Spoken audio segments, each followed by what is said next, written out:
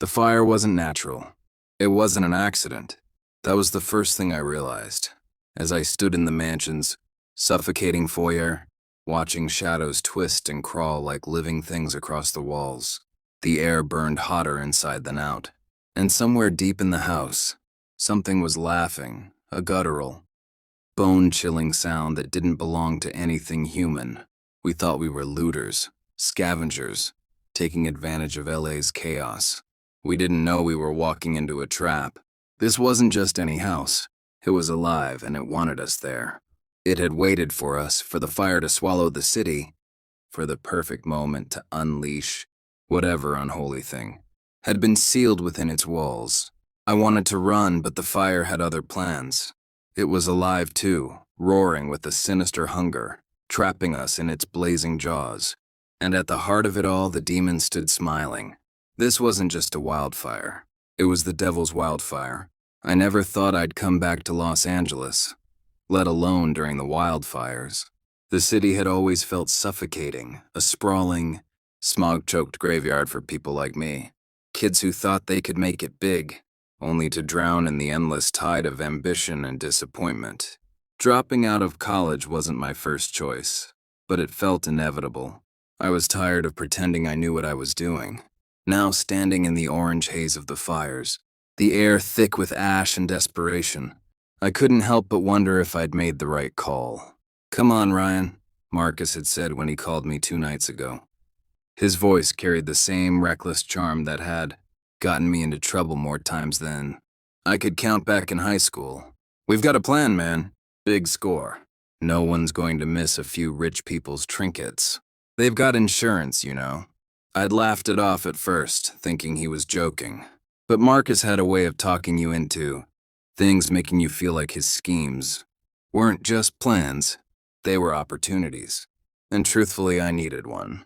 Rent was due, my car was on its last leg, and my pride wouldn't let me crawl back to my parents in Phoenix, with my tail between my legs. 2 days later, I found myself standing at the edge of a gated community in the hills, watching Marcus and 2 of his boys, Mateo and Jared, load up their gear. I hadn't seen Mateo or Jared in years, but they looked exactly the same as they had back in high school. Mateo still had that wiry, restless energy that made you think he was always one wrong word away from snapping. Jared, on the other hand, was more reserved, his heavy frame moving with deliberate, almost lumbering precision. The fires weren't close yet, but their heat seemed to seep into everything. The air reeked of smoke and chemicals, and every breath felt like swallowing sand. The sky was an ominous shade of orange, and the distant crackle of flames was a constant reminder of how little time we had. "You good, bro?" Marcus asked. Clapping me on the shoulder, he was grinning, his teeth white against the ash smudged across his face. Marcus always looked like he belonged in chaos, like he thrived in it. His hoodie was pulled low over his forehead, and the bulging backpack slung across his shoulders made him look more like a soldier than the kid I used to know. "Yeah," I muttered, adjusting the straps on my own bag. "Just wondering why we're out here when half the city's already been evacuated." "Because this," Marcus said, gesturing toward the gate in front of us, "is where the real money is. Rich folks' second homes, vacation pads, they've all cleared out. You can smell it, right? Opportunity." Mateo and Jared laughed, their voices sharp and hollow against the stillness. I forced a smile and nodded, though the sinking feeling in my gut hadn't gone away. Something about this felt wrong. Not just the looting, though that was bad enough, but the way the air seemed thicker here, heavier, like we were standing at the edge of something we weren't supposed to cross. "All right," Marcus said, pulling a crowbar from his bag. "Let's move. Mateo, cut the lock. Jared, keep watch. Ryan, you're with me." The lock fell with a metallic clatter, and we slipped through the gate, our footsteps muffled by the ash-dusted pavement. The mansion loomed ahead of us, its sleek, modern lines stark against the glowing backdrop of fire and smoke. It looked untouched. Its pristine white facade almost glowed in the dim light. It didn't make sense. Every house we'd passed on the way up had been scorched or abandoned. Yet this one stood unscathed, as if the fire had deliberately spared it. "Yo," Mateo whispered as we approached the front door. You guys recognize this place? What? Marcus asked, already jamming the crowbar into the doorframe. This is Diddy's house, Mateo said, his voice low. You know, like Sean Combs, Diddy. No way, Jared said, glancing over his shoulder. Why would he leave this place unlocked? He didn't, Marcus said, grunting as he pried the door open. But now it is. Let's go. The door creaked open, revealing a cavernous foyer lit only by the dim glow of the fires outside. The air inside was cool, almost cold, and carried a faint metallic tang that made my skin crawl. The marble floors were polished to a mirror sheen, reflecting the flickering light from outside. A massive chandelier hung overhead, its crystals catching the faint glow and scattering it like broken glass. This place is insane, Mateo said, his voice echoing off the high ceilings. He wandered toward a set of double doors on the left, his crowbar dangling loosely at his side. Bet there's some crazy stuff in here. Stay focused, Marcus snapped. We're in and out. 20 minutes. Grab whatever looks valuable and keep moving. No messing around. The others scattered, their footsteps fading as they disappeared into the labyrinth of rooms beyond the foyer. I hesitated, my eyes drawn to a massive painting hanging above the staircase. It depicted a sprawling cityscape engulfed in flames. The figures in the twisted in agony as they tried to escape the inferno. It was hauntingly detailed, the colors so vivid it felt like the fire was real. Marcus's voice snapped me out of my trance. He was already halfway up the staircase, motioning for me to follow. I nodded and hurried after him, though the painting's image lingered in my mind like an afterimage burned into my retina. We moved through the house in silence, our footsteps muffled by the plush carpets. Each room we entered was more extravagant than the last. Gold accents, custom furniture, artwork that probably cost more than my entire education. But there was something off about it all. The house felt too quiet, too still, as if it was holding its breath, waiting for something. Check this out, Marcus said, stopping in front of a heavy wooden door at the end of a long hallway. It was carved with intricate patterns, the kind of craftsmanship you didn't see anymore. Marcus pushed it open, revealing a dimly lit study lined with bookshelves that stretched to the ceiling. Damn, I muttered, stepping inside. The air in the room was different, denser, almost electric.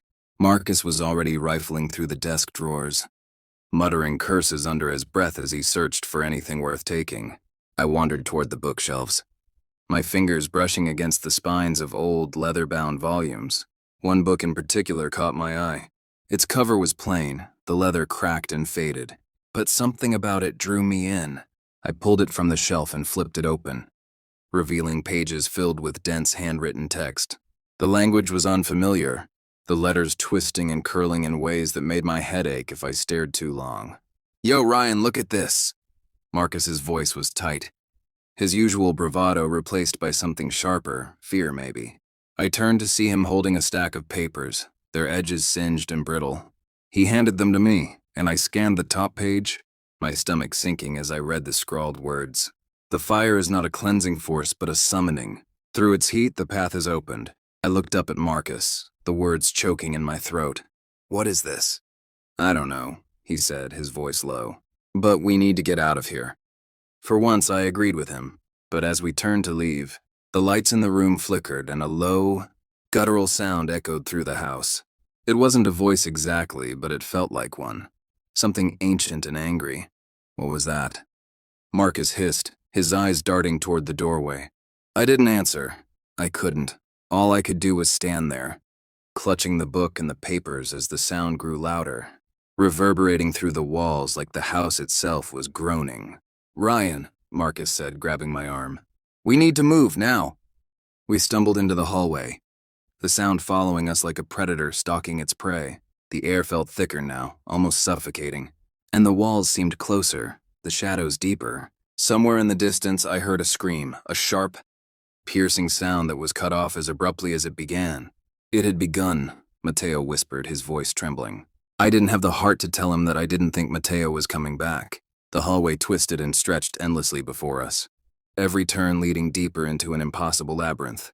My lungs burned and my legs felt like lead, but I couldn't stop, Not when the shadows behind us seemed to crawl and grow with every passing second. Finally, we stumbled into a large open room with floor-to-ceiling windows that overlooked the fiery hills outside. For a brief moment, hope surged in my chest. The windows were large enough to climb through, and the fire outside seemed distant enough to make a run for it. "Marcus, the windows!" I shouted, pointing. But Marcus didn't respond. He was staring at something in the center of the room, his face pale, his eyes wide with terror. I turned to see what had frozen him in place and felt my blood turn to ice. In the center of the room stood a figure, tall and impossibly thin, its skin as black as coal and its eyes glowing like embers. It grinned at us, its sharp teeth glinting in the faint light. Then, slowly, it raised one long bony arm and waved. The gesture was eerily human, almost friendly, but its smile was anything but. It was a predator's grin, sharp and full of malice. "Marcus," I whispered, my voice trembling. "We need to go." Marcus didn't move. His knuckles were white as he gripped the crowbar. His entire body locked in place as the figure took a single, deliberate step toward us, still smiling. It waved again. "Marcus!" I shouted, grabbing his arm and pulling him toward the windows. "Move!" The spell broke and Marcus stumbled after me. Together we smashed through the glass and tumbled out onto the hillside. The ground was hot and dry, the air thick with ash and smoke, but I didn't care. We were outside. We were free. We scrambled down the hill, jagged rocks and dry brush tearing at our clothes.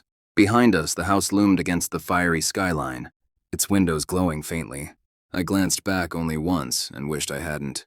The figure was standing in the broken window, its grin still fixed in place as it waved at us one final time. Then it stepped back into the shadows, disappearing from view. The road felt endless as we ran, our lungs burning from the smoke-laden air. Every step away from the mansion felt like pulling against an invisible tether, as if something wanted to drag us back.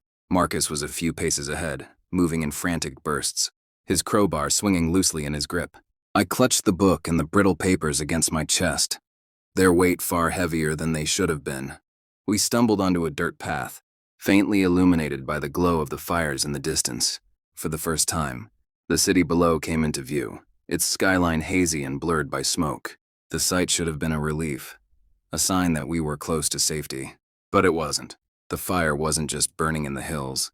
It was creeping closer, the orange flames devouring the edges of the city like a living thing. "Keep moving," I said, though my voice came out hoarse and weak. I wasn't even sure Marcus could hear me. He stopped suddenly, doubling over as he gasped for air. His hoodie was soaked with sweat, ash sticking to his skin in dark streaks. "What the hell was that?" he panted, his voice trembling. I didn't answer.